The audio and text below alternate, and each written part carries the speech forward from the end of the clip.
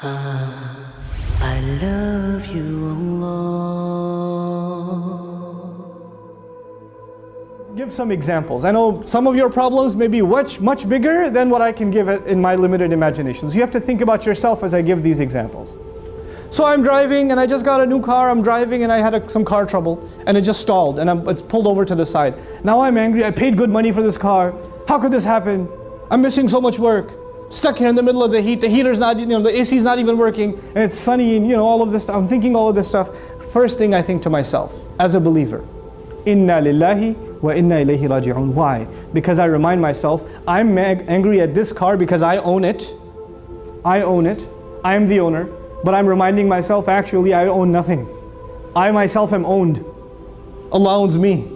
I no doubt belong to Allah. How can I complain about anything? Because I'm not an owner of anything. You see, people get mad when they're entitled. When it was your turn, you deserved it.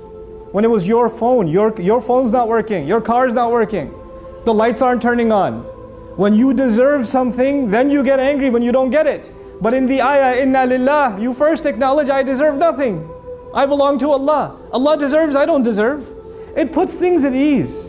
Everything you get in this life is then a gift. It's not something you earned, it's a gift. So when you don't have it, then you realize, well, it wasn't mine anyway. It wasn't mine anyway. We take our hands for granted, we take our eyes for granted, we take our nose for granted, we take our tongue for granted. The fact that I'm standing here speaking before you, I take the fact that I can speak to you for granted. But this tongue, it doesn't belong to me. I didn't pay for it. It belongs to Allah. So when it starts stuttering, Inna lillah, Inna lillah.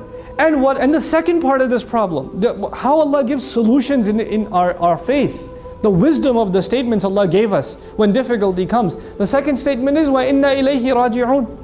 No doubt about it, to Him alone we're going to be returning. Why is that important?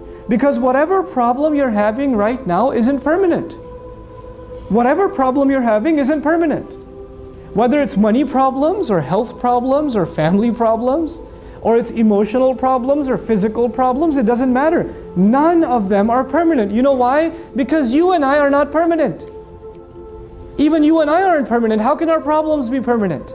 We have to be returned to Allah ourselves. This problem is nothing. Forget this problem. I will leave.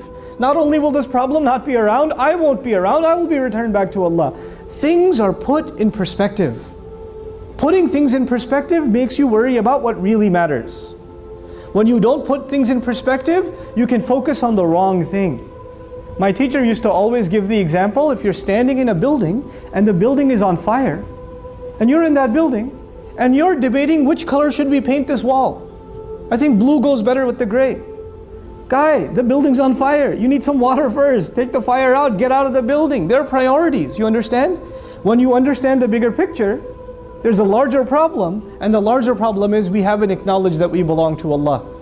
Maybe sometimes you and I go through difficulty just so Allah can put it back in your heart that you and I belong to Allah. Maybe you and I are going through some challenges just so Allah would give us the gift that we would be able to not just say with our tongue, but say with our heart, Inna ilayhi raji'un. That's a gift in and of itself.